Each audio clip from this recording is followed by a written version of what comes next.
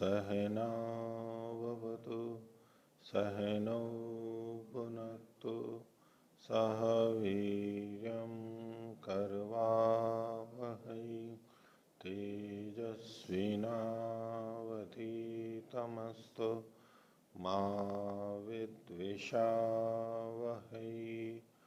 ओम शांति शांति शांति। मीमांसा दर्शन की 429वीं कक्षा, मीमांसा दर्शन के 10वें अध्याय का छठा पाठ। पिछली कक्षा में 17वें अधिकरण तक हमने देख लिया था। आगे 18वां अधिकरण प्रारंभ करते हैं। पृष्ठ संख्या 478। पिछले अधिकरण में पौंडरीक के संदर्भ में एकादश रात्र है ये, उसमें दक्षिणा जितनी लिखी हुई है अयुत और अश्वसहस्र, ये पूरी मिला के एक बार देनी है अथवा ऐसा प्रतिदिन बार बार देना है। तो उसमें था कि नहीं, कुल मिला के जितना एक बनता है उतना ही देना है।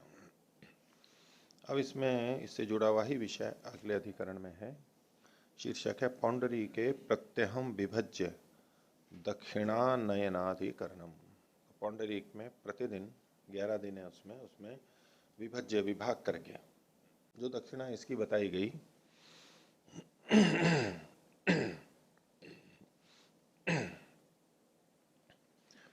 तो पौंडरीक में प्रतिदिन विभाग करके जो दक्षिणा इसकी बताई गई वो दक्षिणा को आनयन लाना, ये इसका अधिकरण। प्रतिदिन उतनी उतनी ली जाएगी, विभाग करके, उस संपूर्ण में से विभाग करके ये ली जाएगी। तो 69वां सूत्र है पूर्व पक्षी का। पूर्व पक्षी प्रथम, दो पूर्व पक्षी यहाँ पर होंगे। ये प्रथम पूर्व पक्षी है। प्रत्यहम सर्व संस्कार प्रकृतिवत सर्वासाम सर्वशेषत्वात्।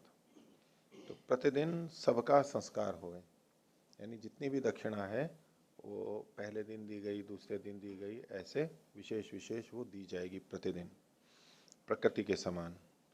सर्वासाम सर्वशेषत्वा, क्योंकि सबके सबका शेष होने से जितनी वो है वो सारी सबकी शेष है, प्रत्येक दिन के लिए शेष है। भाष्य पौंडरी का एवं उदाहरणम तत्र तत्समधिगतम सकृदेव परिक्रय इति। एक बार ही परिक्रय होता है, ये तो ठीक है। अस्तित्व प्रकृतौ माध्यन दिने सबने दक्षिणा नीयन्ते इति। इसको विपरीत अल्पविराम में लीजिए। माध्यन दिने सबने दक्षिणा नीयन्ते प्रकृति में लिखा है, तो 3 सवन में से जो बीच वाला माध्यन दिन सवन, उसमें दक्षिणा लाई जाती है।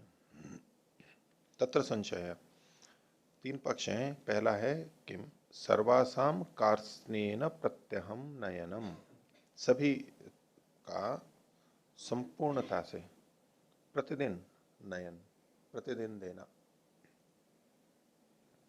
दूसरा उत सकृत नयनम अल्पविराम, एक ही बार बस देना। दी तो यहां पर भी पूरी दी जा रही, कार्त्स्ने तो है लेकिन सकृत नयन है। पहले वाले में कार्त्स्ने भी था और प्रतिदिन नयन था, एक बार नहीं था, अनेक बार था। और अथवा करके तीसरा पक्ष दिया विभज्य नयनम इति, तो पूरा मिला करके जितना है उसको प्रतिदिन विभाग कर करके देना। किम प्राप्तम, पूर्व पक्षी भी प्रथम कहता है प्रत्यहम सर्वासाम संस्कार स्यात्, प्रतिदिन सभी का संस्कार होवे। प्रकृतिवत, संस्कार कैसे वो आगे बताएंगे। प्रकृतिवत प्रकृतो ही सकला दक्षिणा तस्मिन काले संस्कृता, प्रकृति में सकला दक्षिणा, सारी की सारी दक्षिणा उसी काल में संस्कृत होती है। यानी दक्षिणा को भी उस विशेष काल में दिए जाने से वो दक्षिणा भी विशेष संस्कृत हो रही है, इस भाव से बोल रहे हैं माध्यन दिन सवन में। इहापि तद्वदेव सकलाह संस्कर्तव्या, वहां पूरे को एक साथ संस्कृत करते हैं तो यहाँ भी सारी ही एक साथ संस्कृत करनी चाहिए। कथम अन्नाम प्राधान्यात, दिन की प्रधानता है तो दिन में ही फिर ये माध्यम दिन समान आएगा, तो वहां पर होनी चाहिए।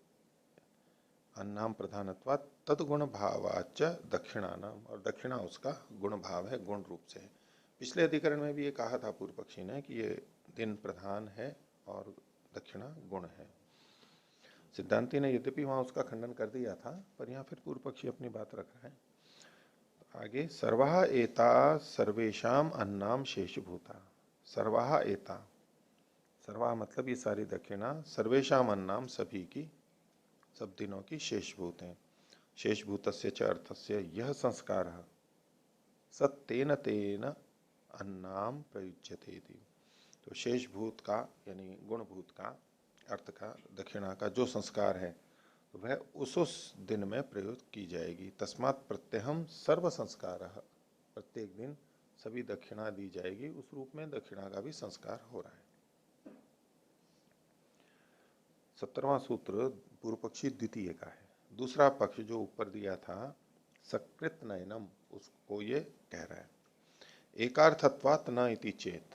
अगर पूर्व पक्षी द्वितीय कहे कि एकार्थ होने से, एक ही प्रयोजन होने से प्रतिदिन अलग अलग नहीं दी जाएगी, तो उसका उत्तर ये देगा आगे। तो न चेदस्ति प्रत्यहम सर्व संस्कार रहेगी, प्रतिदिन पूरे का संस्कार नहीं होगा, नहीं दी जाएगी। किम तरही, तो दूसरा पक्ष है ये सकृदेव संस्कार स्यात्, एक ही बार उस पूरे का संस्कार हो। कुतः एकार्थत्वा दक्षिणानाम, दक्षिणा के एक ही प्रयोजन वाला होने से। एकम कार्यम आनमनम तासाम च नयनादि संस्कार संस्कृतानाम प्रत्यर्पणम कार्यम। तो कार्य एक ही है आनमन, और उनका नयनादि संस्कार से जो संस्कृत है उनका प्रत्यर्पण ही वहां पर कार्य है। विशेष प्रकार से उठाते हैं, विशेष प्रकार से लाते हैं, वो उसका संस्कार होता है। किसी वस्तु को किसी को देते हैं तो एक तो वैसे ही पकड़ा देते हैं यूं ही, और एक अच्छी तरह से धीरे से उठाएंगे, फिर हाथ में लेंगे दोनों हाथों में और फिर देंगे, तो वो जो दी जा रही है वस्तु वो संस्कृत हो गई ना, नहीं हो गई। वास्तव में तो उसके प्रति सम्मान है जिसको दिया जा रहा है, लेकिन वस्तु को ढक करके लेके आए अच्छी तरह, आजकल के हिसाब से कहें तो थाली में ट्रे में रख करके लेके आए।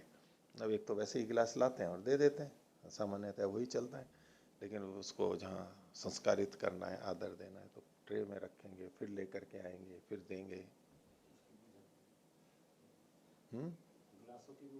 उसके ऊपर भी ढक्कन रखेंगे, और वहाँ जहाँ रखेंगे वहाँ फिर एक गोल नीचे रखा रहेगा, उस पर ला करके रखेंगे इत्यादि। ये उस वस्तु का ही तो जो आनयन का प्रकार, इससे वो प्रदेय वस्तु संस्कृत हो रही है एक तरह से। तो ऐसे सारे का संस्कार चूंकि प्रकृति में कहा गया है, इसलिए यहाँ भी सारे का संस्कार करना चाहिए। लेकिन एक बार तो एकम कार्यम आनमनम, आनमन तो एक ही कार्य है, और तासम च नयनादि संस्कार संस्कृतानाम प्रत्यर्पणम कार्यम, प्रत्यर्पण वहां पर कार्य है नयनादि करते हुए। एकस्मिन्नपि च अहनि तत्संस्कार संस्कृतासु दीयमानासु कृतश्चोदनार्थ इति भूय संस्कारेण प्रयोजनम नास्ति। तो एक ही दिन में उस संस्कार से संस्कृत दी जाती हुई जो दक्षिणा है, उससे विधि का जो अर्थ है, चोदना का प्रयोजन है, वो कृतश्चोदनार्थ, वो सार्थक हो ही चुका है। तो इसलिए भूय संस्कारेण प्रयोजनम नास्ति, फिर से और संस्कार करने का प्रयोजन नहीं है। तस्मात् सकृत संस्क्रियन इति, एक ही साथ होनी चाहिए, सब मिला करके एक ही बार में संस्कृत होनी चाहिए, ये दूसरा पक्ष है। इसके ऊपर 71वें सूत्र में पूर्व पक्षी प्रथम बोल रहा है, उत्तर दे रहा है। स्याद उत्पत्तौ काल भेदात, स्यात ठीक है, तो क्योंकि यहाँ पर उत्पत्ति में काल का भेद है, इसलिए वो अलग अलग होंगी। तो भाष्य न चैतदस्ति सकृत संस्कार रहती किम तरही प्रत्यहम, प्रतिदिन होना चाहिए। कुतः उत्पत्तौ काल भेदात, काल की भिन्नता है। उत्पत्तौ दक्षिणानाम विशिष्ट काल संबंध श्रूयते, तो दक्षिणाओं का विशेष काल कहा गया है, उसका ये वचन आगे दिया है इन्होंने। तो पूर्व पक्षी ने ऊपर कहा था, द्वितीय पूर्व पक्षी ने एकार्थत्वात् न इति, वो निषेध किया था, तो ये कह रहे स्यात् नहीं होवे, वो निषेध नहीं है, ऐसा ही होवे। भाष्य में तीसरी पंक्ति में जो वचन दिया है विपरीत अल्प विराम में, तस्मात् त्रिष्टुभो, त को जोड़ लीजिए यहाँ पर, तस्मात् त्रिष्टुभो लोके माध्यम दिने सवने दक्षिणा नीयन्ते इति, बंद कर लीजिए।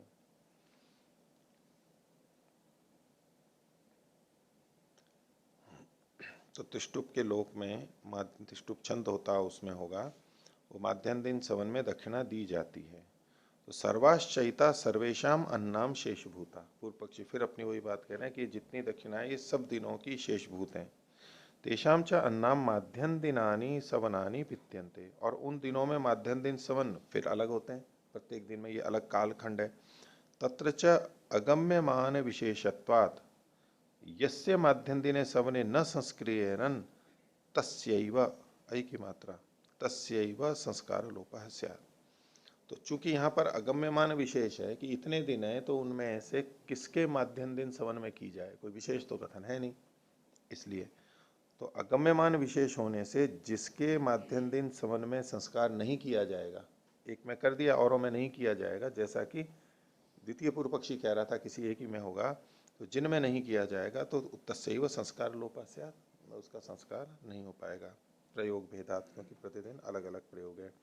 न च अन्यत्र संस्क्रियमाणा अन्यत्र संस्कृता भवन्ति, तो एक जगह संस्कृत हुई है वो दूसरी जगह भी संस्कृत हो गई, ये नहीं कहा जा सकता। तस्मात् भेदेन संस्क्रियेरन् इति, ये पूर्व पक्षी प्रथम हो गया।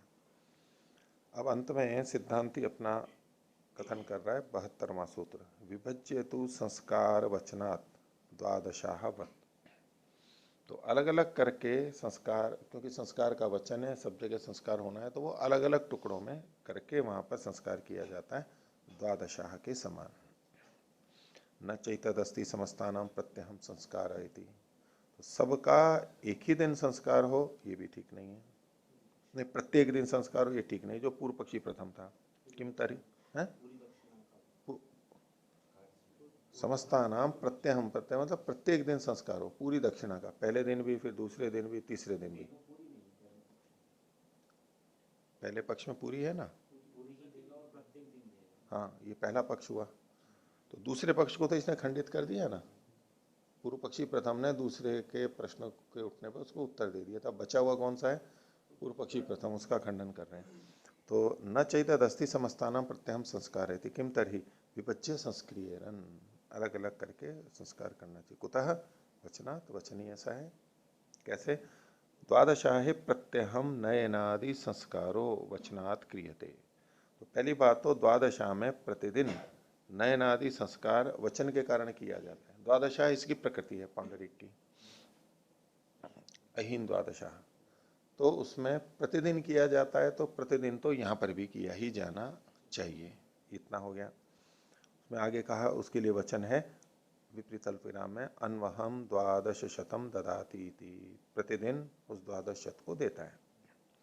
पौंडरीकश्च द्वादशाः प्रकृति न ज्योतिष्टोम प्रकृति, पौंडरीक द्वादशाह की प्रकृति है, ज्योतिष्टोम की तो है नहीं। अगर इसको ज्योतिष्टोम की प्रकृति माना जाए, जो ज्योतिष्टोम में तो चूंकि एकाह है इसलिए संपूर्ण दक्षिणा एक ही दिन दी जाती है, तो एक ही दिन पूरे का संस्कार होता है। अगर उसका अनुकरण करने लगे तो यहाँ जितने दिन है उतने दिन पूरी, प्रतिदिन वहाँ प्रतिदिन क्या एक दिन पूरी दक्षिणा दी गई, संस्कृत की गई, तो ऐसे ही विकृति में भी प्रत्येक दिन पूरी दक्षिणा दी जानी चाहिए, ऐसा ज्योतिष्टोम को प्रकृति मानने से होगा। तो ये कह रहे हैं कि इसमें तो द्वादशाह की प्रकृति, और द्वादशाह में ये जो 12 देते हैं वो प्रतिदिन देते हैं, प्रतिदिन भी देते हैं और उसको विभाग करके देते हैं। तस्मात् परिक्रय एकत्वेपि सति वचनात् भेदेन संस्कार है। तो यद्यपि एक ही है, पूर्व पक्षी द्वितीय ने दिया था ना हेतु, और पीछे सिद्धांति ने भी दिया था कि सारी की सारी दक्षिणा एक ही की मानी जाएगी क्योंकि कर्म एक है। ये कह रहे हैं तस्मात् परिक्रय एकत्वेपि, परिक्रय में का एकत्व है, पूरा कुल मिलाकर के एक ही बार उनका क्रय किया जा रहा है, ऐसा होने पर भी वचन के कारण से भेद से संस्कार होगा, उसको टुकड़े कर करके देंगे। हाँ, यहाँ जो 69वें सूत्र की प्रथम पंक्ति में मध्य से तत्र एतत् समधिगतम सकृतेव परिक्रय इति, पृष्ठ संख्या 478 पर ही, जब ये निश्चय हो ही गया कि दक्षिणा एक ही है, फिर भी प्रत्येक दिन में उसके संस्कार का पक्ष कैसे उठाया जा रहा है? इसमें जो पिछले अधिकरण की बात थी उसमें मैंने भूमिका के समय कहा था, क्योंकि यहाँ वैसे तो सकृत का अर्थ है कि भाई एक ही बार देनी है, ठीक है, इसकी दो तरह से व्याख्या कर सकते हैं हम, अधिकरण दोनों दिए हुए हैं, भाष्य भी दोनों है। तो अगर हम प्रचलित अर्थ सकृत मानते हैं तो पिछले अधिकरण में आधी बात को उन्होंने किया है बस, अब वो पूरी नहीं है, संपूर्ण तथ्य नहीं है। संपूर्ण तथ्य इस दूसरे अधिकरण से मिला करके होगा कि एक बार देनी है, तो अब इधर आगे अगले अधिकरण में एक बार देनी है, पूर्व पक्षी द्वितीय का मत माना जा रहा है। तो पहले अधिकरण में सिद्धांति का कथन न होके वो पूर्व पक्षी द्वितीय का हुआ। उसने इतना किया कि प्रतिदिन उतनी उतनी देर उसको रोक करके एक दिन में कर दिया। अब उसको भी बांट करके कर रहे हैं। एक तो ये शैली है। आप सकृत का मतलब एक ही बार देना मान करके चलते हैं। तो अब अगर हम सकृत का अर्थ बदल दें थोड़ा, कि सकृत का मतलब यहाँ एक बार नहीं है, वो संपूर्ण कुल मिला करके एक है, ये हमने मान करके किया। क्योंकि भले ही टुकड़े टुकड़े में दे रहे हैं, लेकिन कुल मिलाकर के हमने एक ही दक्षिणा दी है बस। ऐसा मान करके जब हम अर्थ करते हैं, तो पहले वाले अधिकरण में भी सिद्धांत पक्ष ये बनेगा कि कुल मिलाकर के एक बार देनी है, लेकिन वो प्रतिदिन देनी है, ये अभी उस खुला नहीं है यहाँ पर। पहले अधिकरण में इसकी कोई चर्चा नहीं की है। एक बार देनी है, लेकिन हमें अर्थ यही आएगा कि एक बार देनी है मतलब मिला करके कुल मिला के देनी है, तो वो एक ही देनी है, ऐसा ही हम अर्थ लेंगे।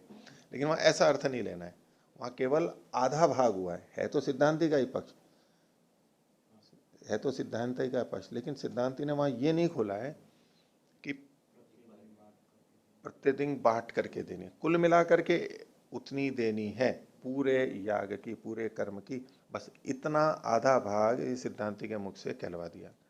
अब जो बचा हुआ भाग है उसको दूसरे में लेंगे।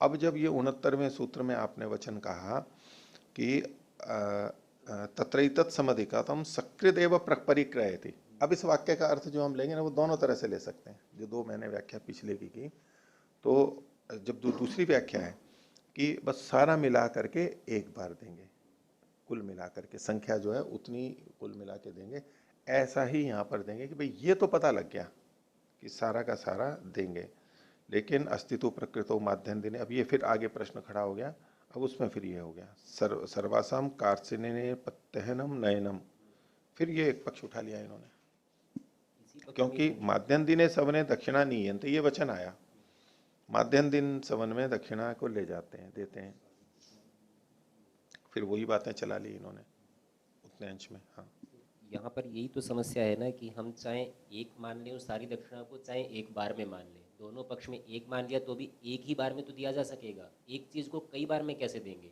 अगर बांटना वचन हो गया, नहीं, अगर बांटना हो गया जो हम सिद्धांत के पक्ष में इस अधिकरण में देख रहे हैं, दूसरे में, इसमें 18वें में। हाँ जी, हाँ, तो पूर्व पक्षी का जो पक्ष है कि सर्वासाम कार्त्स्येन प्रत्ययम नयनम, ये प्रश्न कैसे खड़ा होता है? दोनों ही पक्षों की दृष्टि से देख लें, ये प्रश्न तो खड़ा ही नहीं हो सकता।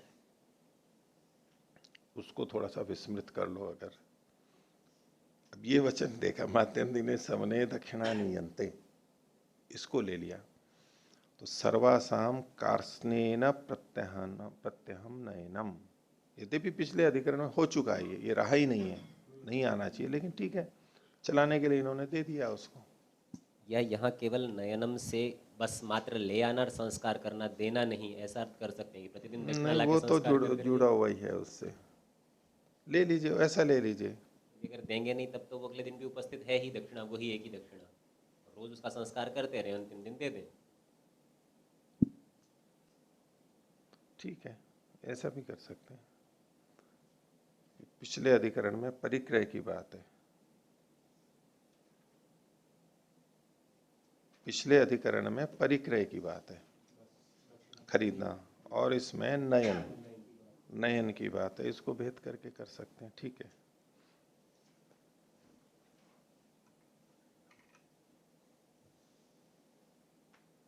इसको जो ये सर्व संस्कार मान करके कह रहे हैं ना, उस दृष्टि से ले सकते हैं इसको। तो सर्वसम कार्त्स्येन प्रत्यहम नयनम, तो ये तो उस पक्ष में भी वैसे ढंग से तो बनेगा नहीं। जब ये हो गया कि परिक्रय एक बार सारे का एक ही बार होगा, तो सर्वासाम कार्त्स्येन प्रत्ययन मतलब बार बार ला रहे हैं, उस पक्ष में फिर बनेगा कि भाई बार बार रोज उसको ले करके आ रहे हैं, हर बार संस्कार कर रहे हैं। सकृत नयनम अथवा केवल एक बार लाए, अथवा प्रविभज्य नयनम, ऐसा टुकड़े कर करके लाए।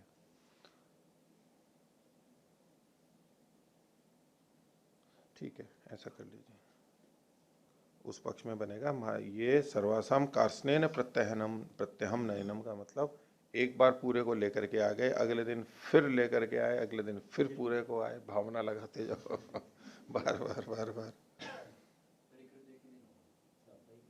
हाँ, परिक्रय को हटा दिया और इसमें दक्षिणा का आनयन संस्कार मात्र ले लिया, ठीक है।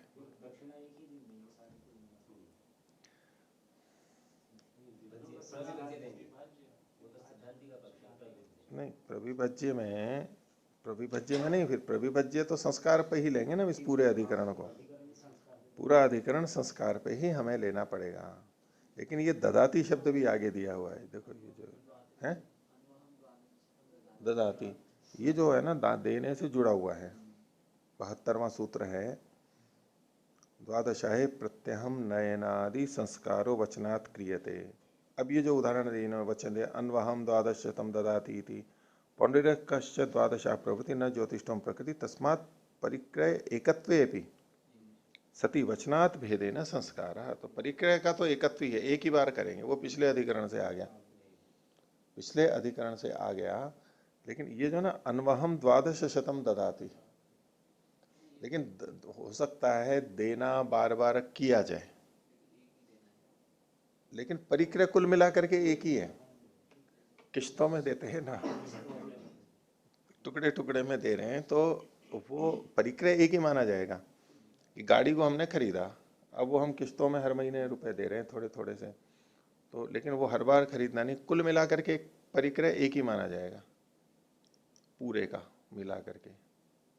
तो वो फिर ले सकते हैं इसमें, परिक्रय एकत्वेपि सति वचनात् भेदेन संस्कार है। तो संस्कार का मतलब यहाँ पर देना भी अगर हम साथ में ले लें तो भी कोई आपत्ति नहीं है, क्योंकि आनयन होगा, संस्कार होगा और दिया जाएगा,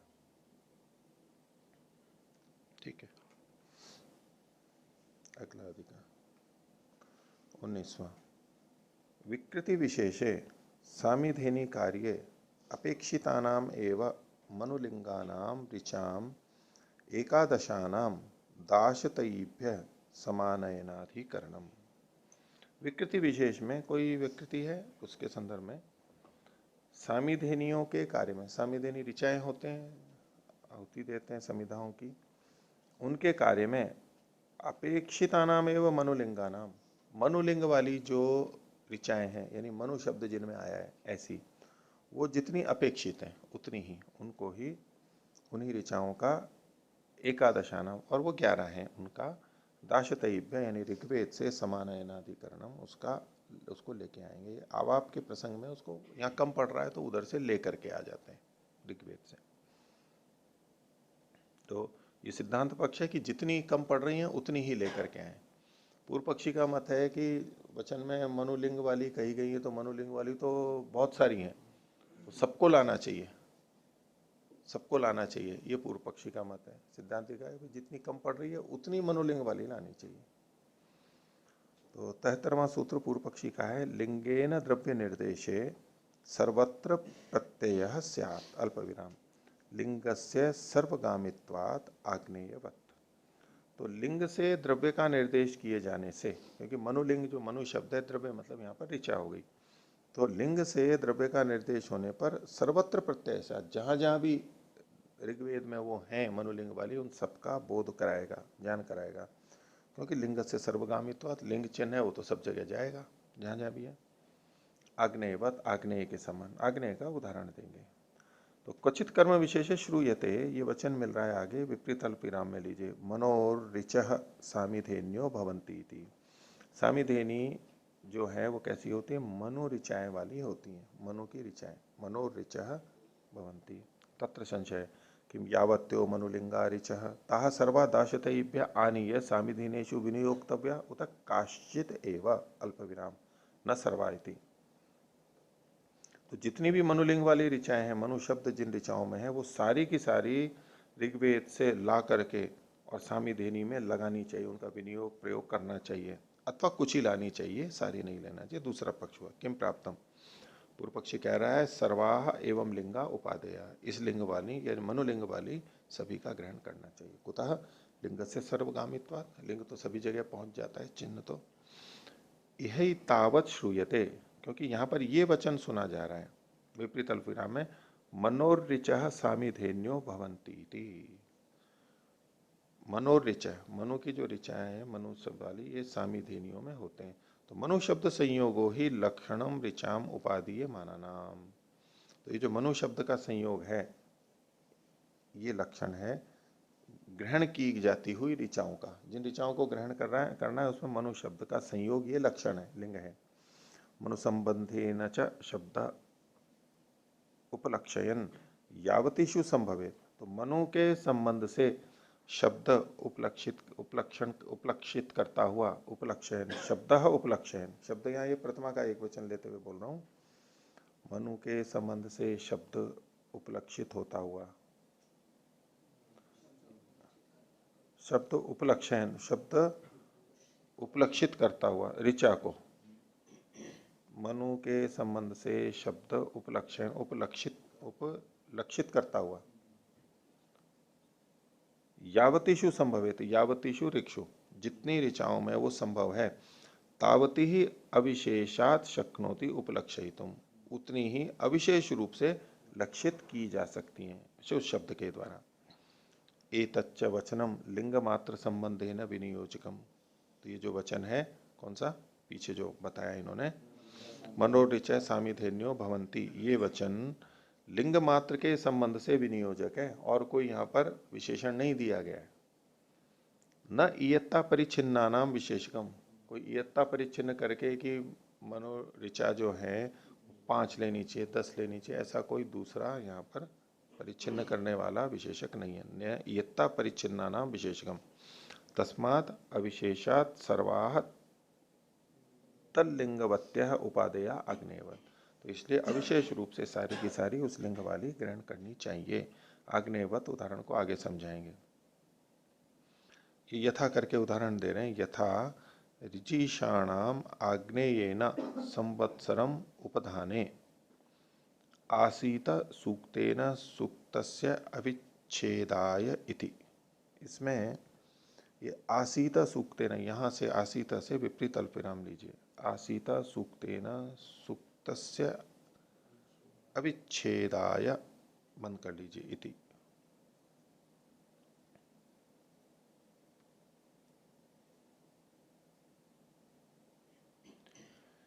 तो इसमें ऋजिश्याम लिखा हुआ है और मीमांसा कोश में भी ऋजिश्याम ही है, हैं? हाँ ऋजिषाणाम, हाँ ठीक है, ऋचिषाणाम आग्नेय ना, तो आग्नेय ये सूक्त का नाम है। संवत्सरम उपधाने, उपधान ये इष्टकाओं का उपधान करते हैं, उसके संदर्भ में ये कहा गया है। आसीत सूक्तेन सूक्तस्य अविच्छेदायति, इसमें सूक्त का ही ग्रहण करना ये वचन है। तो आग्नेयेन सूक्तेन इत्युक्ते, नहीं य को काट दीजिए, एक मिनट, आग्नेय सूक्तेन इत्युक्ते यावन्ति आग्नेयानि सूक्तानि, नहीं इसमें मैंने शायद पाठभेद देखा होगा, यह नहीं है इसमें, सूक्तेन यति उक्ते,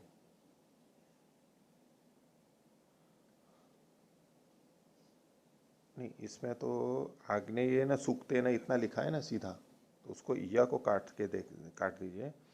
आग्नेय सूक्तेन इत्युक्ते, आग्नेय सूक्त से ये कहे जाने से, यावंती आग्नेयानि सूक्तानि, जितने भी आग्नेय सूक्त हैं, दाशतयानि ऋग्वेद में सर्वहि इष्टिका उपधीयन्ते, उन सबके द्वारा ईटों को रखा जाता है। एवं इहापि मनुलिंगा भी सामिधेनी कार्यम कर्तव्यति, तो मनुलिंग वाली सामिधेनियों से, मनुलिंग वालियों से सामिधेनी कार्य को किया जाता है। इसमें पीछे आइए वापस, ऋजिश्याम जो लिखा है इसमें ऋषिणाम ये एक पाठभेद है। जी शाम की जगह, जी शाह की जगह ऋषि, ऋषिणाम आग्नेय ना, ये संकर्ष कांड में आएगा 14:1:67, संकर्ष कांड की दृष्टि से देखें तो 2:1:67 के आसपास का जो प्रसंग है, वहां पर ऋषि नाम ये पाठ मिलता है। यहाँ ऋजिश्याम लिखा हुआ है, यहाँ तो ऋजिश्याम मान करके ही कथन है सारा, वहां ऋषि नाम लिखा हुआ है।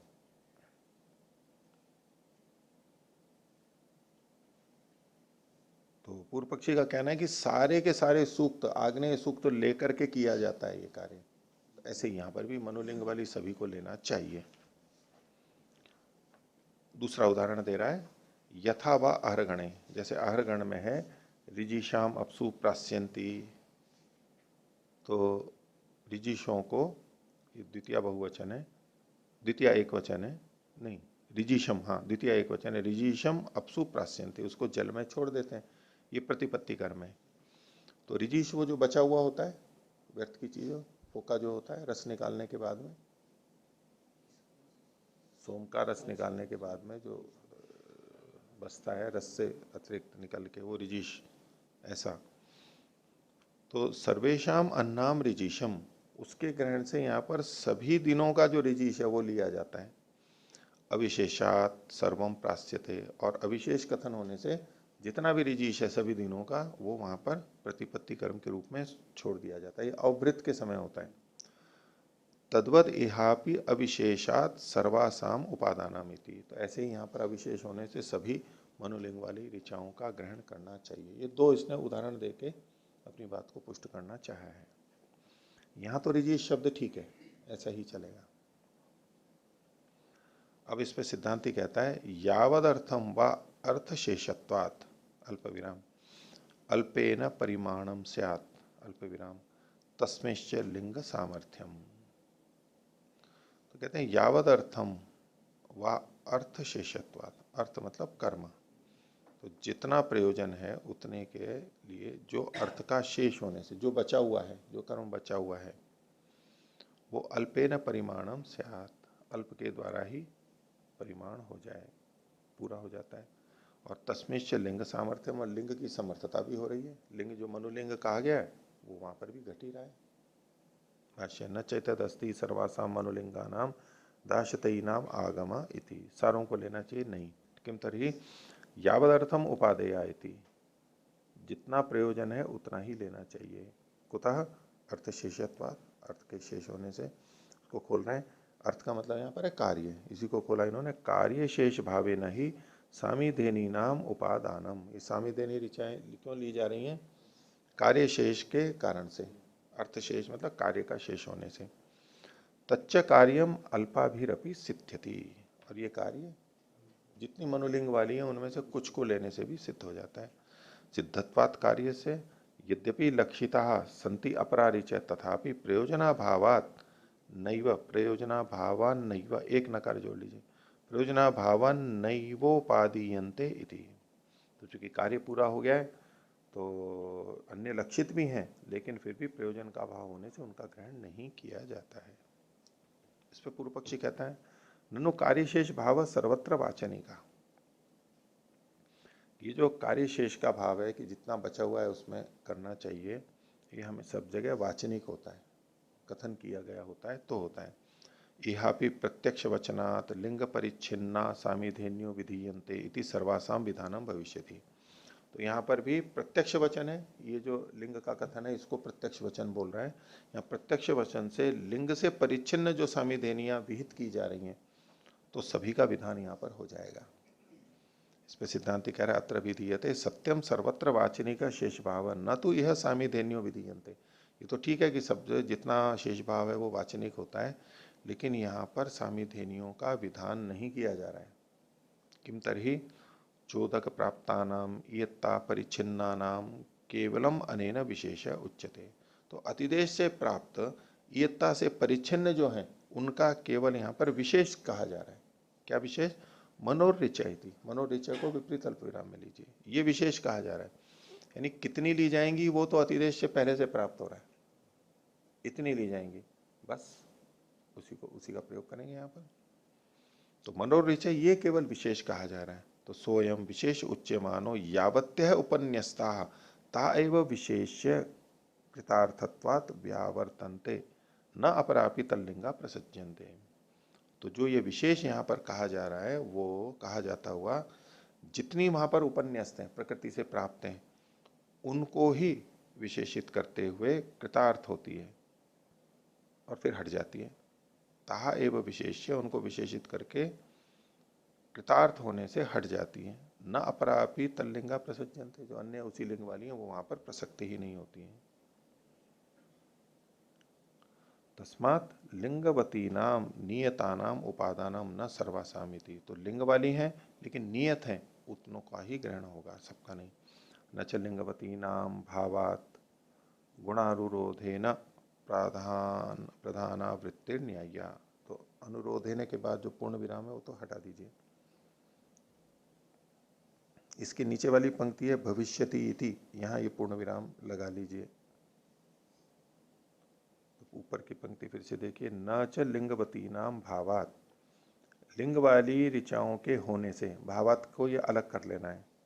भावात गुणानुरोध है ना, गुण के अनुरोध से प्रधानावृत्ति न्याय, गुण के अनुरोध से प्रधान की आवृत्ति करें, ये तो ठीक नहीं है, क्योंकि उनको ऋचाएं तो माध्यम है, ऋचाएं अधिक हैं तो वहां पर आहुतियां भी ज्यादा दें, संविधाएं भी ज्यादा डाली जाएं, ये नहीं होगा। मतलब गुण की अधिकता से प्रधान की भी आवृत्ति की जाए, ये तो उचित नहीं है। एवं च लाघवम प्रयोग प्राशुभावश्च, प्राप्य जो बिंदी है वो हटा लीजिए। एवं च लाघवम प्रयोग प्राशुभावश्च भविष्यति इति, पूर्ण विराम। इससे लाघव भी होगा, प्रयोग प्राशुभाव भी होगा, जल्दी से काम हो जाएगा। अपि च अस्मिन पक्षे लिंगम अपि समर्थम है, और लिंग भी व्यर्थ नहीं हो रहा है, मनुलिंग जो है। कथम, कैसे? लिंगम ही लक्षणत्वेन सामिधेनी नाम उच्यते। तो ये जो लिंग है लक्षण के रूप में सामिधेनी ऋचाओं के लिए कहा जा रहा है। तत्र यद्यपि न तल्लिंगा सर्वा उपादीयन्ते, तो भले ही वहां पर सब जितनी भी मनुलिंग वाली हैं वो नहीं ली जा रही हैं, पुनरअपि यास्तु यह प्रयुज्यन्ते ताह तल्लिंगा एव, इसको ठीक कर लीजिए, तास तल्लिंगा एव। तस्मात लिखा हुआ है तो ता कर लीजिए पहले, तो तास तल्लिंगा, तो त पे आ की मात्रा, स यथावत रह जाएगा और मां की जगह पे फिर त आएगा। तस्मात तल्लिंगा एवं, तो जो यहां पर प्रयोग की जा रही हैं वो तो उसी लिंग वाली हैं, मनुलिंग वाली हैं। न अन्य लिंगा, अन्य कोई लिंग वाली हैं ली ही नहीं गई है। तथापि लिंगम अनुगृहितम एवं न बाधितम, तो लिंग तो यहां अनुगृहित हो ही जाएगा, बाधित नहीं होगा।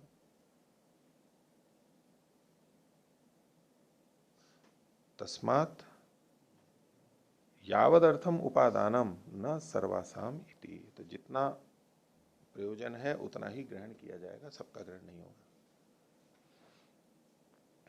75वां सूत्र, ये भी सिद्धांति का है। आग्नेय कृत्स्न विधि ही, पूर्व पक्षी ने आग्नेयवत उदाहरण दिया था, उसका समाधान यहाँ किया जा रहा है कि उसमें तो कृत्स्न की विधि की गई है, वहां उचित है।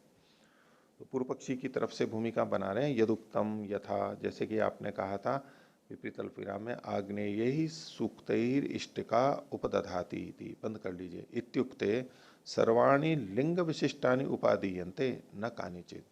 तो वहां पर जितनी भी इस लिंग विशिष्ट वाली ऋचाएं हैं आग्नेय सूक्त वाली, उन सब का ग्रहण किया जाता है, न कानिचित, कोई छांट करके नहीं ली जाती थोड़ी। एवं अत्रापि द्रष्टव्यम, ऐसा ही यहाँ भी देखना चाहिए, तत्परिहर्तव्यम, इसका समाधान कीजिए। सिद्धांत कह रहा है त्रोच्यते युक्तम आग्नेयेषु कृत्स्न विधानम, आग्नेय में तो कृष्ण का विधान उचित है। कुतः इष्ट का बहुत्वाद, क्योंकि ईंटें बहुत ज्यादा है वहां पर। आगे विपरीत अल्पविराम में प्रतिसूक्तम उपदधाति, बंद कर लीजिए, कि एक सूक्त को बोल करके एक ईंट को रखता है वहां पर, प्रतिसूक्तम उपदधाति, संस्कारित कर रहा है ना ईंटों को बड़ी भावना से। तो प्रतिसूक्तम उपदधाति, तो एक एक सूक्त के लिए एक एक ईंट ले रहा है। इति वचनाद भव्वीनाम उपाधेयानाम भव्वीनाम उपधेयानाम सुक्ताल्पत्वात् कार्त्स्नेन उपादानम अविरुद्धम। तो वहां तो चूंकि प्रतिसूक्त से एक को लिया जाता है, तो बहुत सारी उपाधेय मतलब रखी जाने वाली जो इष्टिकाएं हैं उनके कारण अधिक होने से सूक्तों का अल्पत्व है, इसलिए कार्त्स्नेन उपादान, तो सारे के सारे सूक्त ले लिए जाते हैं। यह तो इयत्ता परिमिता नाम विशेष उच्यते, यहाँ तो निश्चित संख्या वाली हैं उसमें विशेष कहा गया है, इति अपदिष्टो हेतु, इसलिए वो आपका हेतु ठीक नहीं है। तस्माद अयम यह अदृष्टांत, ये दृष्टांत आपके पक्ष की पुष्टि में नहीं घटेगा। 76वां सूत्र सिद्धांति का है। पूर्व पक्षी ने जो ऋजीश का उदाहरण दिया था, ऋजीशम अपसु प्रास्य, उसका समाधान यहां पर कर रहे हैं दूसरे उदाहरण का। तो पूर्व पक्षी का सूत्र है ऋजीशस्य प्रधानत्वात्, अहरगणे सर्वस्य प्रतिपत्ति से, तो ऋजीश के प्रधान होने से अहरगण में जहाँ अनेक दिन होते हैं वहां सर्वस्य जितने भी दिनों का ऋजीश है उस सब की प्रतिपत्ति करनी चाहिए मिला करके। पूर्व पक्षी कह रहा है भाष्य में यद्यपि उक्तम अहरगणे यथा, जैसे अहरगण में होता है ऋजीशस्य कृत्स्नस्य अपसु प्रासनम, इसमें जो है ना प्राशनम लिखा है, तालव्य है, उसकी जगह दंत्य कर लीजिए, प्रासनम फेंकने के अर्थ में है। तो ऋजीशस्य कृत्स्नस्य अपसु प्रासनम एवं अत्रापि अविशेषात सर्वासाम उपादानामिति, तो यहाँ भी ऐसे ही सब ऋचाओं का ग्रहण करना चाहिए मनुलिंग वाली। तत्परिहर्तव्यम अत्रुच्यते, सिद्धांति उत्तर दे रहा है ऋजीशस्य प्रधानत्वाद युक्तम, ऋजीश के प्रधान होने से ये तो ठीक है, क्योंकि अब ऋजीश का प्रतिपत्ति कर्म किया जा रहा है, तो प्रतिपत्ति कर्म किसके लिए? ऋजीश के लिए, तो ऋजीश प्रधान हो गया। तो प्रधानत्वाद युक्तम ऋजीशस्य अविशेषात प्रतिपत्ति इयम अभिधीयते, तो ये जो प्रतिपत्ति है ये ऋजीश की अविशेष होने से कही गई है, मतलब किसी भी ऋजीश के लिए होगी। सा सर्वस्य ऋजीशस्य साथ सभी पे लागू होगी। यस्य न क्रियेत तस्य संस्कार परिलोपस्यात्, और यदि किसी दिन के ऋजीश की ये प्रतिपत्ति न की जाए, छोड़ दिया जाए, तो उसका ये संस्कार नहीं होगा। तो प्रतिपत्ति कर्म प्रास्यति, ये संस्कार हो गया ऋजीश का। ऋजीशस्य अविशेषात् प्रतिपत्ति इयम, सा सर्वस्य ऋजीशस्य स्यात् यस्य न क्रियेत तस्य संस्कार परिलोपः स्यात्, ठीक है। तस्मात् सर्वेषाम अन्नाम यत् ऋजीशम तत्सर्वम प्रास्यते, तो जितने भी दिनों का जो भी ऋजीश है उस सबका प्राशन किया जाता है।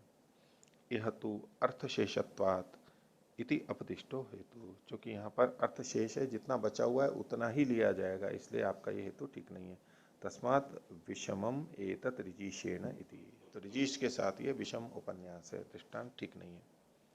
तो बस ये सिद्ध किया इन्होंने कि जितनी आवश्यक हो उतनी ही ली जाएगी। 20वां अधिकरण, ज्योतिष्टो में वाससी सोम मानोपावहरणयो अनुष्ठानाधिकरणम, तो ज्योतिष्टोम में सोम का मान किया जाता है, यानी मापन किया जाता है, और उसका उपावहरण किया जाता है, उसको इकट्ठा करके बांध देते हैं। जो मान किया जाता है वो विशेष प्रकार के उसके टुकड़े होते हैं, तो उनको प्रतिदिन मात्रा अनुसार पृथक पृथक बांध करके रख लेते हैं, पूलियों जैसे। सोम की डंडियां बांध के भाई इतनी लंबी है, गठड़ी जैसा, ऐसा थोड़ी छोटी छोटी पूली, मतलब उतना उतना बांध के रख लेते हैं, तो वो गिन करके ये मान हो गया उसका। और फिर उनको एक एक करके वस्त्र में रखकर उसकी गठड़ी बांध देते हैं, ये उपावरण है। तो दो बातें हो गई, एक मान और एक उपावहरण, दो बातें हो गई। ज्योतिष्टोम में कपड़े में सोम के मान और उपावरण के अनुष्ठान का अधिकरण है। ये जो सोम का मान और उपावहरण है वो कहाँ करना चाहिए? तो वाससी, ये कपड़े पे करना चाहिए, ये सिद्धांत पक्ष है। तो 77वां सूत्र सिद्धांति का ये है, वाससी मानोपावहरणे अल्प विराम प्रकृतो सोमस्य वचनात्, कपड़े के ऊपर ही मान यानी नीचे कपड़ा रख करके ये काम करना चाहिए और फिर ढकना चाहिए उसको गठरी से। तो प्रकृति में सोम का वचन होने से प्रकृति में ऐसा ही किया जाता है।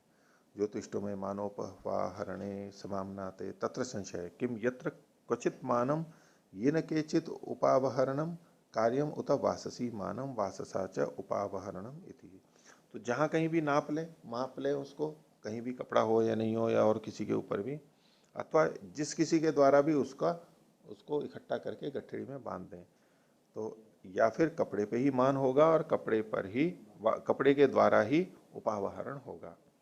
किम प्राप्तम, पूर्व पक्षी कहता है अर्थात यत्र क्वचित मानम येन केनचित उपावहरणम, तो अर्थवशात यानी प्रयोजन से जहां कहीं भी उसका मान कर सकते हैं, बस मान ही तो करना है, कहीं भी कर लो, और जिस किसी के द्वारा भी उसको बांध दो। एवं च अनियमे लाघवम प्रयोग प्राशुभावश्च भविष्यति, तो अनियम के अंदर लाघव होता है, कोई नियम ही नहीं है, तो बड़ी सरलता से, और प्रयोग प्राशुभाव है, कैसे भी कर लो, नहीं जिसका जैसा है वैसा कर लिया आसानी से। प्रयोग प्राशुभाव और लाघव तो उसी में, और लाघव और प्रयोग प्राशुभाव की बड़ी प्रशंसा करते हैं सिद्धांती तो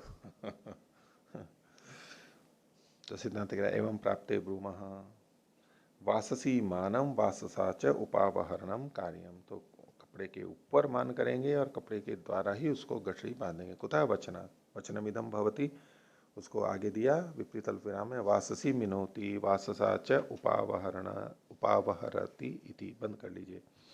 तो कपड़े के ऊपर ही मिनोति मान करता है और वह कपड़े के द्वारा ही बांधता है। वचनस्य सामर्थ्यात् नियम्येत, वचन के सामर्थ्य से ये नियमन हो जाएगा। अथवा, तो ये तो इन्होंने क्या दूसरे ढंग से कह रहे हैं कि बस इसको केवल विषय को उठाया जा रहा है। अथवा नैवात्र संशय, इसमें कोई संशय नहीं, बस सीधे सीधे कह दिया वचनात् वाससी मानम वाससा च उपावहरणम। एवं ऐसा करने पे प्राप्तम उत्तर विवक्षया कीर्त्यते विशेषम चिंतयितुम। तो इस प्रकार से तो प्राप्त जो ज्ञात हुआ वो उत्तर विवक्षा, उत्तर अधिकरण में जो विवक्षा है चर्चा करनी है उसके लिए यहाँ पर कीर्तित किया जाता है, यानी कहा जाता है विशेषम चिंतयितुम, विशेष चिंता विचार अगले अधिकरण में होगा। यहाँ केवल बस प्राप्ति बताई जा रही है। यच्च प्राप्तम उत्तर विवक्षया कीर्त्यते न तत्र पूर्वोत्तर पक्षाभ्याम प्रयोजनम इति। तो जहां कोई प्राप्ति उत्तर की विवक्षा से की जा रही है, गिनाई जा रही है, तो उसमें पूर्व पक्ष और उत्तर पक्ष से कोई प्रयोजन नहीं है, कोई आवश्यकता नहीं है। 21वां सूत्र इसी से संबंधित है। अहर्गणे उपावहरणार्थम वासोन्तरोत्पादनाधिकरणम। वासो के बाद में अवग्रह लगा लीजिए, वासः वासस अंतरोत्पादनाधिकरण, भिन्न वस्त्र को ग्रहण करने का। तो उपावहरण के लिए एक मान हो गया, एक उपावहरण हो गया, दो कर्म हो गए। मान के समय जो वस्त्र लिया जाता है वो, उपावहरण के समय जो वस्त्र लिया जाता है वो भिन्न होगा, ये सिद्धांति का कथन है। तो आहर गणों के संदर्भ में बात है, जो एकाह होते हैं वहां ये प्रश्न ही नहीं उठेगा, वहां तो एक ही दिन में जिसमें मापन किया गया उसी में बांध करके रख देंगे। ये सब दिक्कत या प्रश्न कहाँ खड़ा होता है, जब आहर गण होंगे। तो उपावहरण के लिए वासोन्तरा उत्पादनाधिकरण, भिन्न वस्त्र के उत्पादन का यानी उसको लेने का ये अधिकरण सिद्ध करेगा। तो सिद्धांति बोलता है 78वें सूत्र में तत्र अहर्गणे अर्थात वासः प्रक्लिप्ति ही स्यात्। अहर्गण में प्रयोजनवशात नए वस्त्र की यानी भिन्न वस्त्र की प्रक्लिप्ति उत्पत्ति होवे मानना चाहिए। अस्ति द्वादशः, द्वादशा अहर्गण है। तत्र चोदक प्राप्तम उपावहरणम, तो वचन से उपावरण की प्राप्ति है, उसको इन्होंने आगे बताया विपरीत अल्पविराम में वाससोपावहरण उपावहरतीति, वाससोपावहरतीति, बंद कर लीजिए। तत्र संशय किम उपावहरणार्थम अन्यत वास उत्पाद्यम उत न इति। उपावहरण के लिए अन्य वस्त्र लेना चाहिए या नहीं लेना चाहिए। किम प्राप्तम, पूर्व पक्षी कह रहा है नोत्पाद्यम, आवश्यकता नहीं है। कुतः न वचनमस्ति अन्यत भेदेन उत्पाद्यम इति। ये वचन थोड़ा ना मिल रहा है कि उपावहरण के लिए भिन्न वस्त्र लिया जाए, इसका कोई विधि वचन नहीं मिल रहा है। वचनाद्रिते न प्रतिमो भेदेन उत्पत्तिम, और वचन नहीं है तो हमें तो ये पता नहीं लगता है कि इसको अलग वस्त्र लेना चाहिए, और तो कोई आधार नहीं है जिससे कि हम भिन्न वस्त्र लेवें। तस्मात् नोत्पाद्यम इति, इसलिए भिन्न वस्त्र नहीं लेना चाहिए। एवं प्राप्ते ब्रूमा, अब ये सिद्धांति कहता है, सूत्र भी सिद्धांति का है, यहां से वो उसका भाष्य है। अहर्गणे अर्थात वासः उत्पाद्य, अहर्गणों में प्रयोजनवशात भिन्न वस्त्र लेना चाहिए।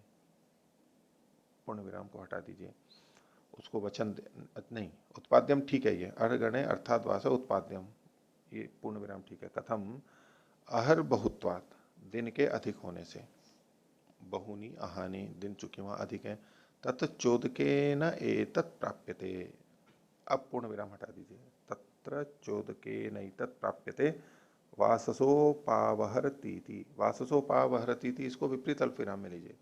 तो चोदक से अतिदेश वचन से ये प्राप्त हो रहा है। उपावहरण के लिए वास के द्वारा ये विशेष कथन किया गया। तो भेदेन च अनुत्पाद्य माने उपावरणार्थम उपावरणार्थ एवं न सिद्धेता।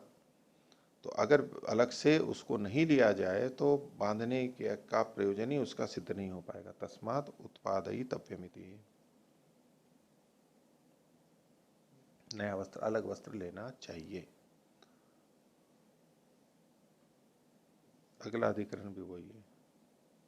हाँ, इसमें क्या है कि ऐसा माना जाता है, यूं समझ में आता है, और कोई स्पष्टीकरण तो मिलता नहीं इसमें, कि एक में मान करके रख दिया।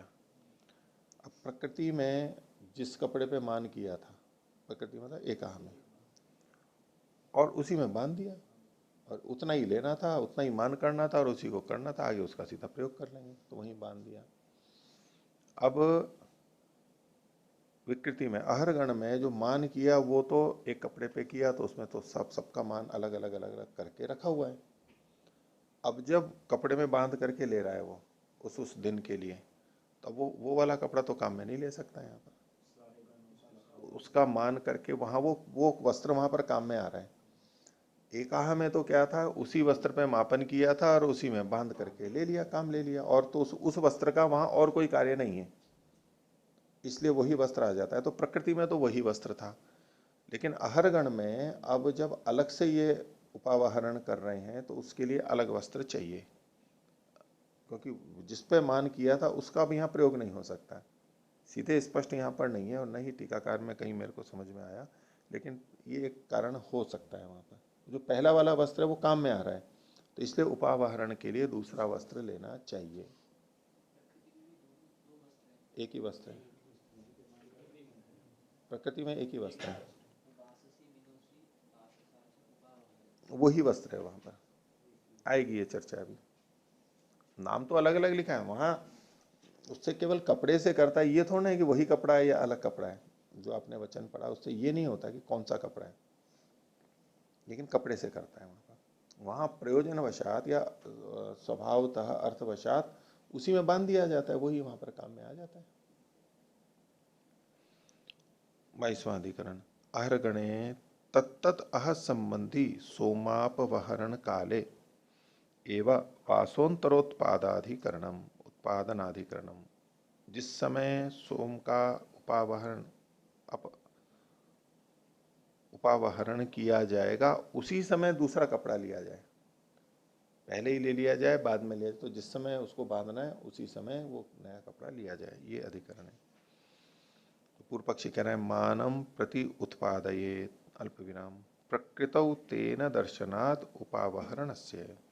बोले मान के प्रति ही उपादेय हो जाएगा, जो मान में लिया गया उसी कपड़े को ग्रहण कर लेंगे। क्यों? क्योंकि प्रकृति में तेन दर्शनात्, उसी के द्वारा ही ये उपावहरण किया जाता है। प्रकृतौ तेन दर्शनात् उपावहरणस्य। भाष्य देखिए, तत्रैव अहरगणे चिंत्यते उक्तम एतत् अर्थात वासः उत्पाद्यमिति। प्रयोजनवशात कपड़ा तो लेना चाहिए। तत्र संशय कि मानम प्रति उत्पाद्यम उत उपावहरणम प्रति उत्पाद्यमिति। तो मान करते हैं उसके प्रति लेगा या तो उपावहरण के प्रति लेगा। किम प्राप्तम, तो पूर्व पक्षी कहता है मानम प्रति उत्पाद्येता, मान करेंगे तो उसके प्रति उस काम के लिए लेना चाहिए। कुतः प्रकृतौ तेन दर्शनात् उपावरणस्य। तो प्रकृति में तेन वस्त्रेण दर्शनात्, प्रकृति में उसी वस्त्र से उपावरण के देखे जाने से। तो जब उसी वस्त्र से उपावहरण कर रहा है, इसका मतलब है वो उसी वस्त्र मतलब जिससे मान किया गया है। तो वस्त्र को कब लिया? जब मान किया, मान के समय उस वस्त्र को लिया था। तो प्रकृतौ तेन दर्शनात् उपावहरणस्य, खोल रहे हैं आगे, ज्योतिष्टो में यस्मिन मीयते तेनैव उपावहरणम क्रियते। तो एक ज्योतिष्टो में एक है, तो जिसमें जिसके ऊपर मापन किया जाता है उसी के द्वारा उसको गठड़ी रूप में बांध भी दिया जाता है। प्रकृति वच्च विकृत हो, विकृति में प्रकृति के समान होना चाहिए। चोदकानुग्रह तस्मिन एव काले उत्पाद्यमिति। इसका उत्तर सिद्धांत दे रहा है हरणे वा अल्प विराम, हरण के समय ग्रहण करना चाहिए। श्रुत्य संयोगात, श्रुति असंयोगात, मान में मान के संदर्भ में श्रुति का संयोग न होने से, अर्थाति विकृतौ तेन प्रकृतौ तेन, प्रकृति में तो अर्थवशात उसी से कर दिया गया था, विकृति में ऐसा नहीं हो सकता, इसलिए भिन्न वस्त्र लिया जाना चाहिए। न चैतदस्ति मानम प्रति उत्पाद्यमिति, जब मान करते हैं उस समय कपड़ा अलग से ले, ऐसा नहीं। किम तरी हरणम प्रति उत्पाद्यम कथम, श्रुति असंयोगात। श्रुति असंयोगात, वैसे तो दिखने लगता है कि हरण के प्रति श्रुति का संयोग नहीं है, तो अर्थ ये निकलेगा तो फिर उस समय क्यों लेना चाहिए? जब हरण के प्रति श्रुति का संयोग नहीं है तो हरण के लिए वस्त्र नहीं लेना चाहिए। लेकिन इनका पक्ष क्या है? हरण के समय लेना चाहिए। इसलिए जो श्रुति का असंयोग बताया वो मान के संदर्भ में है। थोड़ा अलग हटके लेना पड़ रहा है ना अर्थ। भाष्य में इन्होंने यही कहा, श्रुति असंयोगात न ही स्तूयते मानम प्रति उत्पाद्यमिति, मान के प्रति श्रुति का कथन नहीं किया गया। श्रुत्यभावाच नैकांत तो अध्यवसीयते अत्रैव इति, जब श्रुति नहीं है, श्रुति का अभाव है, तो एकदम अंतिम ऐसा एकांतता सिद्धांत अंतिम निश्चय नहीं कर सकते कि यहीं पर ही लेना चाहिए। तो फिर कैसे होना चाहिए, यस्य च अर्थः प्रयोजकः, जिसका अर्थ प्रयोजक होता है, अर्थ के कारण से जहां लिया जाता है, सब प्रयोजन प्रयुक्तत्वात् तत्काल एवं न्यायो अल्प विराम न अन्य काल। तो प्रयोजन से प्रयुक्त होता हुआ वो उसी समय में लेना उचित होता है, अन्य काल में नहीं। हरण काले च अनेन प्रयोजनमिति, इसका प्रयोजन कपड़े का कहाँ है, हरण काल में। मुख्य प्रयोजन कहाँ है, हरण काल में। भाई हरण करेंगे तो बांध करके लेंगे उसको पोटली बना के, मान के समय नीचे रख भी दिया तो वैसे कोई सीधा प्रयोजन नहीं है उसका। कोई मान तो बिना कपड़े के भी हो सकता है, मानना है तो वचन के कारण वो कपड़े पे रख करके करते हैं, लेकिन मुख्य प्रयोजन का है ले जाने में। तो क्या कि हरण काले च अनेन प्रयोजनम इति हरणे एव न्याय्यम उत्पादयितुम इति। पूर्व पक्षी कह रहे यदुक्तम प्रकृतौ माने यद वासः तस्य हरणे दर्शनाद यह चोदकानुग्रहाय तत्कालमेव उत्पाद्यम इति। पूर्व पक्षी अपनी बात को दोहराया है कि प्रकृति में मान के समय जो कपड़ा था वो ही हरण के समय में देखा जाने से यहाँ पर अतिदेश के अनुग्रह के लिए तत्काल ही यानी मान के काल में ही लेना चाहिए। तत्परिहर्तव्य में इसका समाधान कीजिए। सिद्धांत यत्रोच्यते न श्रूयते, ये नहीं सुना जाता, तेनैव वाससा उपावहरणम कर्तव्यमिति। ये तो ठीक है कपड़े से उपावरण करना चाहिए, लेकिन उसी से करना चाहिए, ये तो वहां वचन से तो नहीं प्राप्त हो रहा है, ये नहीं सुनाई दे रहा है। किंतु अर्थात तेन क्रियते हैं, उसी से करते हैं, उसका क्या है प्रयोजनवशात करते हैं। एकत्वाद अन्न, क्योंकि एक ही दिन है वहां पर, न ही तदवासो अन्यत्र व्यापृतम इति तेनैव क्रियते, जिस पर मान किया गया वो कपड़ा कहीं और व्यस्त नहीं है अभी, इसलिए उसी से कर लेते हैं। कहीं और व्यापृत का मतलब है कहीं और लगा हुआ हो, काम में आ रहा हो, ऐसा नहीं है, इसलिए उसी से कर लिया जाता है। यच्च अर्थात कृतम न तच्चोदक प्रापयति, तो वचन से तो ये प्राप्त था नहीं, ये तो अर्थवशात किया था। तो जो अर्थवशात प्राप्त होता है उसको अतिदेश विकृति में प्राप्त नहीं कराता है, पहले कई बार आ चुका है। अवचना अवाचनिकत्वात्, क्योंकि वो वाचनिक नहीं है, यानी अतिदेश जो होगा वो वाचनिक का ही होगा। न चेह तदेव वास उभयार्थम संभवती, तो वही कपड़ा जिस पे मान किया गया वो दोनों के लिए हो नहीं सकता है। क्यों, आहर बहुत्वाद, क्योंकि दिन बहुत हैं, तो दिन बहुत हैं तो बहुतों का मान किया हुआ है, एक ही वस्त्र पे मान किया, वो वहां रखे हुए भी हैं। अब जो एक एक को ले जाने के लिए लेगा तो उस कपड़े को ले नहीं सकते, उस कपड़े को लेंगे तो वो जो मान किया हुआ है उसको कहाँ रखेंगे अब, इसलिए वो कपड़ा तो वहां पर काम में आ रहा है, तो नया कपड़ा उसको ले जाते समय अलग से लिया जाता है। तस्मात् हरण काले एवं उत्पाद्यमिति, हरण के काल में उसको लेना चाहिए।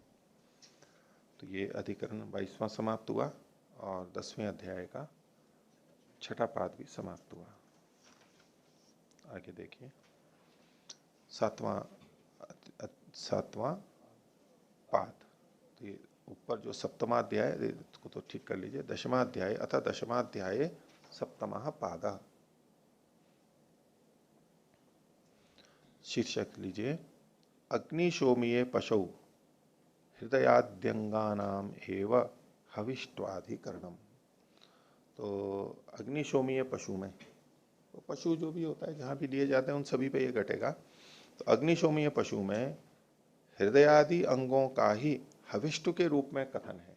हवि किसकी, हवि क्या, उसमें प्रश्न ये है कि पूरा पशु हवि है अथवा उसके अंग हवि है, इसकी विवेचना यहाँ पर चलेगी। तो सिद्धांत पक्ष है हृदयादि अंगा नाम है, हृदयादि जो अंग है उन्हीं का हविष्ट यानी हविपना सिद्ध होता है। तो पहला सूत्र है पूर्व पक्षी का, पशोः एक हविष्टम समस्त चोदितत्वात्, पशु का एक हविष्ट है, पूरी हवि क्या है, पशु ही पूरी एक हवि है। क्यों, क्योंकि समस्त का पूरे पशु का वहां पर कथन किया गया, विधि की गई है, वो वचन बताएगा पूर्व पक्षी। अस्ति ज्योतिष्टो में पशुरग्निशोमी है, तो ज्योतिष्टो में अग्निशोमीय पशु है, उसके लिए वचन आगे दिया विपरीत अल्पविराम में, यो दीक्षितो यदग्निशोमियम पशुम आलभते इति, बंद कर लीजिए। तत्र संचय किम कृत्स्नः पशु एकम हवि उत प्रत्यंगम हविर्भेद इति। तो पूरा का पूरा पशु मिला करके एक हवि है अथवा प्रत्येक अंग में हवि का भेद है, प्रत्येक अंग अलग अलग हवि है। किम प्राप्तम, पूर्व पक्षी कह रहे कृत्स्नः पशु एकम हविरिति, पूरा पशु ही एक हवि है। कुतः समस्तस्य चोदितत्वात्, पूरे पशु को ही यहाँ पर कहा गया है। कैसे, समस्तो ही पशु अग्नि सोमौ प्रतिचोद्यते, तो पूरा का पूरा पशु अग्नि सोम देवता के प्रति कहा गया है। न पृथक अंगानाम अग्निशोमीयता, अलग अलग अंग है उनकी तो अग्निशोमीयता है ही नहीं, क्योंकि वचन देखिए, बोले यो दीक्षितो यदग्निशोमियम पशुम आलभते, तो अग्निशोमियम पशुम, यहाँ पर जो पूरे पशु को अग्निशोमी यानी अग्निशोम देवता से संबंधित कहा जा रहा है, तो हविष्ट उस पूरे पशु का होगा, अंगों का नहीं होगा। यहां तक हो गया। तो न पृथक अंगा नाम अग्निशोमीयता। आगे देखिए, तस्मात् पश्वाकृतिकाद द्रव्यात अवदाय अग्निशोमाभ्याम दातव्यमिति, इसलिए पशुआकृति जो द्रव्य है, पूरा पशुआकृति दिया तो पूरा नहीं जा रहा है, लेकिन हवि तो पूरा पशु है, तो पशुआकृति जो द्रव्य है उससे ले करके अवदाय अलग करके अग्नि और सोम के लिए देना चाहिए। हो गया। अंग हविष्टवे पशु शब्दे लक्षणास्यात्, अगर आप यहाँ पर अंग का हविष्ट स्वीकार करेंगे तो पशु शब्द में लक्षणा होगी। पशु शब्द मतलब यदग्नि सोमियम पशुम आलभते, तो पशु का मतलब तो पूरा पशु लेंगे, वो तो अभिधा हो गया, और पशु का अंग लिया तो यहाँ पर लक्षणा करनी पड़ जाएगी। तो अंग हविष्टवे पशु शब्दे लक्षणास्यात् तस्मात् कृष्ण पशु एकम हवि, पूरा पशु ही एक हवि है। तच्च दर्शयति, इसकी पुष्टि में ये आगे वचन भी दिया है। अथो खलवाहु, इस विषय में और ये कहा है, कापेया दक्षिणस्य पूर्वम पदस्य अवधेयम, तो पूर्वम पदस्य की जगह नीचे पूर्व पदस्य अवधेयम, ये भी पाठ भेद है। तो कापे के दक्षिण पूर्व पाद का, दक्षिण भाग के पूर्व पाद का, दक्षिण में भी दो पाद हो गए, आगे वाला और पीछे वाला, तो आगे वाला उस पाद का अवधेय लेना चाहिए अलग। तत्सर्वस्य पशु अवत्तम भवती, और इससे पूरे पशु के द्वारा अवत्त लिया गया, यानी उसके दाहिने भाग के, दाहिने पैर के अगले भाग, अगले दाहिने पैर के पूर्व, दक्षिण पूर्व वाले को से लेना चाहिए, उससे पूरे शरीर से लिया हुआ माना जाता है। तो ये जो कहा ना, तत्सर्वस्य पशु अवत्तम भवती, भले ही वहां से लिया जा रहा है लेकिन वो पूरे पशु से लिया गया, ये कहने की क्या आवश्यकता थी। पूर्व पक्षी ये देख रहा है कि चूंकि पूरा पशु वहां पर हवि के रूप में लिया गया है संपूर्ण, इसलिए वहां से लिया, एक पैर से लिया हुआ भी पूरे पशु से लिया, ये होता है, इसमें कोई आपत्ति नहीं है, वचन सार्थक हो रहा है। यहाँ बंद कर लीजिए, तत्सर्वस्य पशुरवत्तम भवती। दूसरा है अथो, यहाँ से फिर विपरीत अल्पविराम लीजिए, अथो खलबाहु गोपायना दक्षिणस्य पूर्वम पदस्य अवदानम, गोपायना दक्षिणस्य पूर्वम पदस्य अवदानम तत्सर्वस्य पशुरवत्तम भवती थी, ये भी बंद कर लीजिए। बिल्कुल वैसा ही वाक्य है ये, और तात्पर्य भी वही है, उसी तरह से अपने पक्ष को ले रहा है यहाँ से। तो कृष्ण से पशुर अवदानम दर्शयति, इस दोनों वचनों में कह रहे हैं कि कृष्ण पशु से अवदान दिखाया जा रहा है, भले ही एक जगह से लिया जा रहा है लेकिन अंत में निर्णय क्या किया जा रहा है, पूरे पशु से ही लिया गया है। तो इसलिए तस्मादपि कृष्ण पशु रेकम हवि, पूरा पशु एक ही हवि है। इस पर सिद्धांति कहता है दूसरा सूत्र, प्रत्यंगम वा ग्रहवत अंगानाम पृथक प्रकल्पनत्वात्, तो प्रत्यंगम वा, प्रत्येक अंग एक अलग हवि माननी चाहिए। कैसे, ग्रहवत, ग्रह के समान, ग्रह पात्रों के समान, अंगानाम पृथक प्रकल्पनत्वात्, अंगों की पृथक पृथक प्रकल्पन कथन वहां पर मिलते हैं, अपनी अपनी सामर्थ्य अलग अलग अलग अलग कहा गया है। इस कारण से वह शब्द पक्षम व्यावर्तयति नैतदस्ति कृष्ण पशुरेकम हविरिति किम तर्हि प्रत्यंगम हविर्भेदः, सिद्धांति का पक्ष प्रतिज्ञा, एक एक अंग में अलग अलग हवि मानी जाएगी, अलग अलग हवि एक एक के प्रति। कुतः, ओ की मात्रा, पृथक प्रकल्पनत्वात्, पृथक प्रकल्पनत्वात् ये सूत्र का अंश है, उसको आगे खोल रहे हैं, पृथक अंगानि प्रकल्पन्ते, वहां पृथक पृथक अंग वहां समर्थ किए गए इस काम के लिए। कैसे, तो आगे जो लिखा है इसको विपरीत विराम में हृदय से आग्रे अवद्यति, हृदय के अग्रभाग से अवदान करता है। जिह्वाया अवद्यति, ये दूसरा जिह्वा अंग हो गया। वक्षसो अवद्यति, वक्ष से अवदान करता है। दोष्णो अवद्यति, दोष्णो मतलब भुजा या बाहु अर्थ लिया जाता है, उससे अवदान करता है। पार्श्वयोर अवद्यति, पास का जो पार्श्व का भाग है बगल का, वहाँ से पसलियों से पार्श्व भाग से। गुदस्य अवद्यति, बंद कर लीजिए यहाँ पर। ये अवदान विशेष अंगों का कथन यहाँ पर मिल रहा है। तो आगे कहते हैं हृदयाकृति कादिभ्यो अवदानम श्रूयते, हृदय की आकृति आदि वाले जो अवयव हैं, अंग हैं, उनसे अवदान है, यानी पश्वाकृति से नहीं है। हृदयाकृति और ये जो कथन है इससे अवदान यहाँ पर सुना जा रहा है। नैतद अविशसिते पशु संभवती, यदि पशु का विशसन यानी कर्तन काटना न किया जाए तो इन अंगों से संभव नहीं है, तो उसको अलग अलग कर दिया जाएगा। नैतद अविशसिते पशु संभवती तस्माद हृदयाद्यर्थेन विशसितव्यः पशु, तो हृदय आदि इन अंगों को प्राप्त करने के लिए उसको पहले काटना होगा। तस्मिंश्च विशस्य माने, पृथक कर लीजिए, पश्वाकृतिर न भवती, विशस्य माने अलग हो गया और पश्वाकृतिर न भवती है, तो उसके उसके काट देने पर, पशु के काट देने पर पश्वाकृति तो अब रहती नहीं है, वो नहीं रहती तो उसको हवि के रूप में कैसे लिया जाएगा। तदेवम आपतति, तो उसमें ये आता है, निकल करके आता है। आपतति मतलब निकल करके आता है, यानी उस वचन का जो अर्थबोध है वो ये है जो आगे बताया जा रहा है। क्या विपरीत अल्पविराम में चाहे तो ले लीजिए, पश्वाकृत्या यागस्य क्रियमाणस्य उपकुर्यात्, यागस्य क्रियमाणस्य पश्वाकृत्या उपकुर्यात्, पशु की आकृति से उसका उपकार करे, बस इतना ही अर्थ लिया जाएगा, उसको एक हवि माना जाए ऐसा नहीं। ताम पश्वाकृतिम अंतर्धाय, उस पश्वाकृति को रखते हुए, अंतर्धाय च न शक्यते साक्षात याग द्रव्यम परिच्छेद, उस आकृति को बनाए रखते हुए हम याग द्रव्य का परिच्छेद नहीं कर सकते, अन अंगों को नहीं अलग अलग कर सकते। तस्मात् प्रणाड्या सा आकृतिर उपकर्तुम अर्हति इति, तो ये जो पशु आकृति है ये परंपरा से तो उपकार कर सकती है, उपकार मानेंगे, वहां पशु शब्द लिखा है इसलिए, लेकिन वो परंपरा से होगा, साक्षात नहीं होगा, प्रणाड़ी से।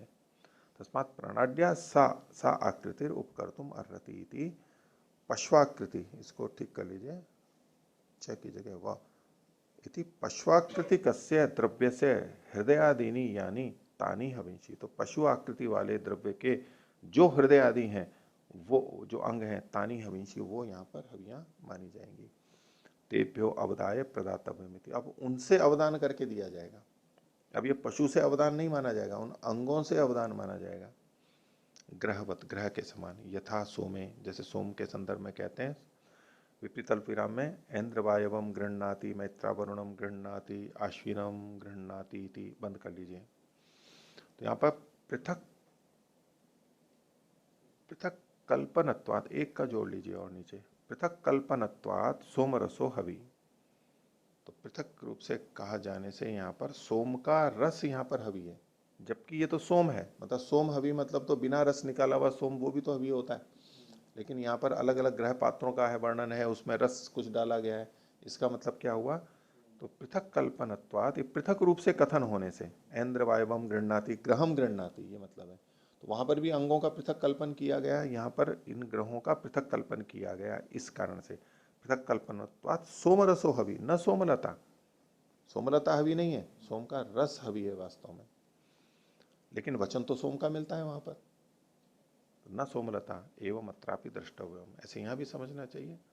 कैसे, समस्त चोदना तो अंग हविष्ट्वेपि प्रणाड्या, माँ की जगह न, प्रणाड्या अवकल्पते एवं, तो जो समस्त की चोदना है, पूरे पशु का जो कथन है, जो कि पूर्व पक्षी अपना हेतु दे रहा था कि पूरा पशु ही वहां पर लिखा गया है, उस दृष्टि से कि जो समस्त की चोदना है उसमें वो अंग हविष्ट्वेपि, अंग को हवि मानने पर भी, यानी सिद्धांत पक्ष में भी प्रणाड्या अवकल्पते, परंपरा से तो समस्त की चोदना संगत लगी जाती है। अथ यद दर्शनम उक्तम, और जो आपने ये दर्शन कहा था, तत्सुतराम अनेक हविष्ट्वे उपपद्यते, और ये जो कथन है ये तभी संगत होता है जब अनेक हवियां यहाँ पर होगी। अथ यद दर्शनम उक्तम तत्सुतराम अनेक हविष्ट्वे उपपद्यते, कथम, कृष्ण पशोः अवदानम, बंद कर लीजिए, कृष्ण पशोः अवदानम, ये जो दर्शन है, पूर्व पक्षी ने कहा था ना, अथा यद दर्शनम उक्तम, जो दर्शन कहा कि भैया दिखाई क्या दे रहा है, वो दर्शन ये है कृष्ण पशोः अवधानम, इसको विपरीत अल्पविराम में लग के।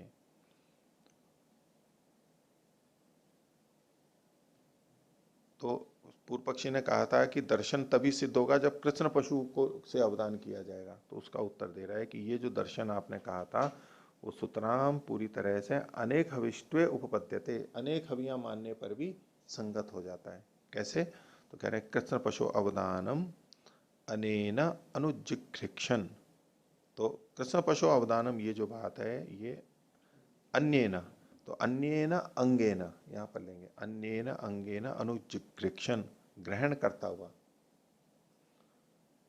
न कृष्ण से पशुरवदीयते इति, न कृष्ण से पशुरवदीयते विपरीत अल्पविराम में ले लीजिए, थोड़ा चिन्हित करने के लिए या रेखांकित कर लीजिए।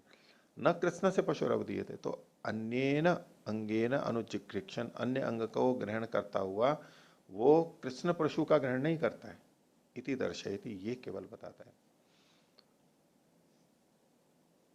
ये जो कृष्ण पशु का अवदान है, पूरा पशु जो लिया गया है, ये अन्येन अनुजिघ्रिक्षण, अन्य अंग को लेता हुआ ये संगत होता है, न कृष्ण से पशु अवधीयते, कृष्ण पशु का लेते हुए ये संगत नहीं बनता है, इति दर्शयति, इस बात को यहाँ पर देता है। पूर्व पक्षी कह रहा था पूरा लेंगे तभी ये बन पाएगा।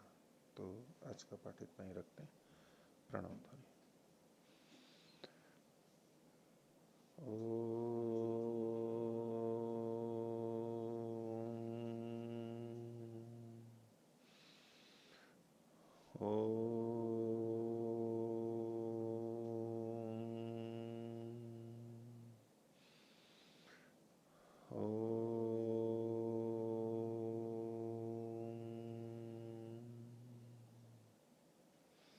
सभी को सदर हुआ था। ओम